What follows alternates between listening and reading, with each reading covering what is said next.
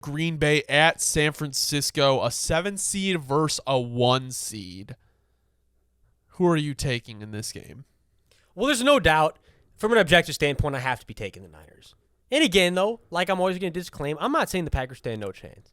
If LaFleur and J. Love can come in there, dial up the game plan where there's no missed deep shots, and the run game goes perfect again, you know what? The Packers do stand a chance. But again, back to the objectives. The Niners should be able to dominate the line of scrimmage. The Niners should be able to get pressure on J. Love. And it shouldn't be able to look like it looked last week. And with all that said, the Packers are just not as stout as the Niners are in any way. This game, I feel like, could make Dallas look really bad. Like, really, really bad.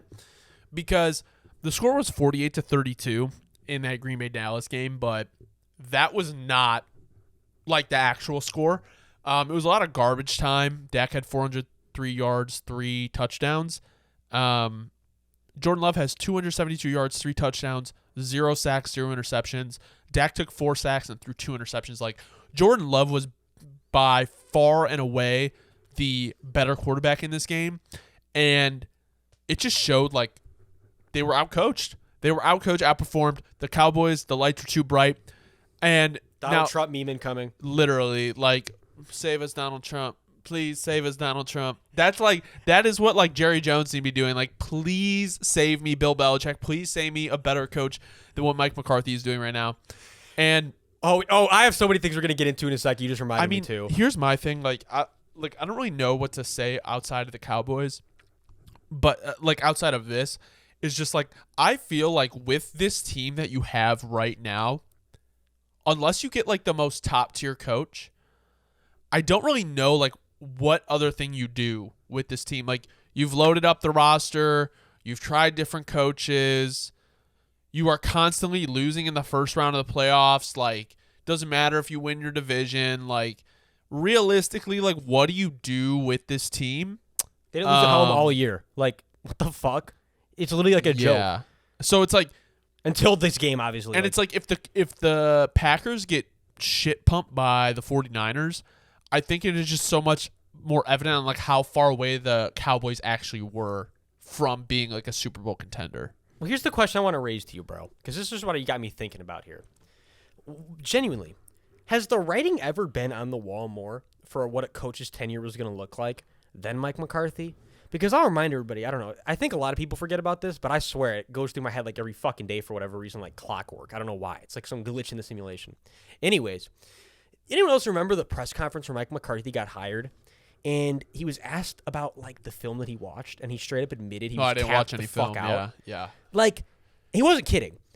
I'm not even kidding you. That moment right there in history genuinely was a moment where everybody was paying attention and really realized what was about to happen. Like, Mike McCarthy literally admitted subconsciously and for real, he's actually was just finessing the bag. And that's exactly what he did. Oh, he finessed the bag. Because you could have brought back to Ronald McDonald. You could have brought Ronald McDonald's fucking French fry ass in that fucking building. He could have coached them boys to 11 wins. So it's all fun and games till you get to the playoffs and you don't have shit ready, right? And you don't have any counters to your opponent's game plan, which is exactly what happened. So you got to get a coach in the building who actually cares enough to watch the film and do that extra shit. I'm sorry, Mike McCarthy, but I got to pile it on after today. This was inexcusable. And so for me, it comes down to like, yeah, if you don't get Belichick in the building or somebody of that stature, but to me, it's obvious for multiple reasons. If you're Jerry and you're Belichick, it's a handshake meme. You're like, bro, I want to get one more before we go out, before we leave this earth. Like, let's do it together. That would be interesting. But I just like don't know, like, in my opinion, like, I don't know if that really moves the needle for me. I think though, here's my thing. Because this is why it moves the needle for me, and hopefully I'll help you maybe change your mind or help you at least. And then we can get back to Packers and 49ers because it's the Cowboys video, basically. Fuck it. You know what? The Cowboys need to be addressed after that shit show. It had to. The Cowboys fans needed this exercised. But like for me, I think you could kind of show, and what it shows about them is like you said, they have everything. They have the talent. They don't have the discipline. Like, you can have all the talent in the world, and if the guys aren't afraid of the man who's in charge, to an extent of losing minutes, of losing reps, of losing their position, nobody plays worth a damn. If you bring Belichick in that building, that will never happen again, where dudes are out there just playing to play.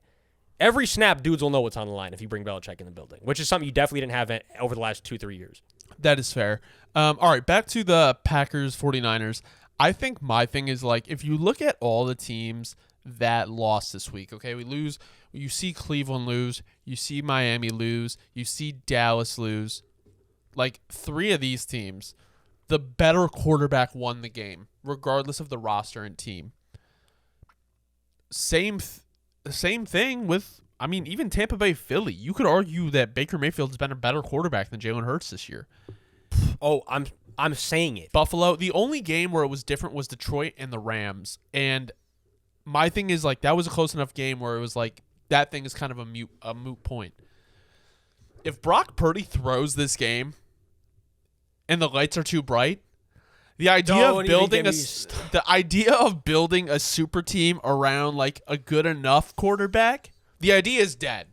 The idea is dead. And in my opinion, oh man, you're cooking right now. I'm just saying the idea is dead. Look at Miami. They have the best receiver, a great offensive play caller, and he couldn't get it done.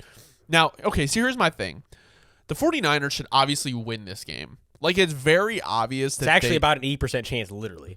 It really is. And, like, yeah, ESPN has the matchup predictor as 78.6% favoring the 49ers. I'm honestly surprised it's not higher. But this game is kind of hard to talk about, and I think that's why we spend so much time on the Cowboys, because it's like it is so obvious that the 49ers should win the game. And last week I said like all signs pointed to Dallas should win the game, so I picked Green Bay. And I just don't think that applies here because I think the level of pedigree that the 49ers have is different than the Dallas Cowboys. So I'm going to go 49ers in this game. The Green Bay Packers have had a wonderful season, especially late in their year, and like the emergence of Jordan Love, and they're the youngest team in the NFL. Very impressive what they did. They shouldn't have even been in the playoffs. I mean, they deserve it. As I'm more saying, like with all the odds stacked up against them, they shouldn't have realistically been there. So like this year's a win, no matter what it is. Like they're like this is a great win. Like to be where you're at right now with the minimal pieces they have, and knowing that the coach is your guy for such a long term, as long as he's willing to stay there, what a great feeling. Yeah, I mean, so I guess my thing is like, if the Packers win this game, it says so much about Matt LaFleur and every young player on that Packers team. Now, if the 49ers win this game, it's expected. They need to win. Like, that just needs to be the reality. But if they lose, oh boy. Oh boy. I can't wait to talk about the Brock Purdy contract situation if that occurs. Yeah. So 49ers really need to win this game. I don't really know what else to say on this game. Do you have any kind of like final thoughts? Final thoughts is just how about this? If the Packers are going to win this game, they're going to need to have that same perfect running game that they had last week. And they're going to have to be able to get the Niners linebackers completely. They're going to have to pull out the craziest play action they've pulled out all year. But bottom line, just like I said about the Lions, it's like Niners, if you're going to blow a week and you're not going to go all the way this year, don't let it be this week. Yeah, don't let it be this week.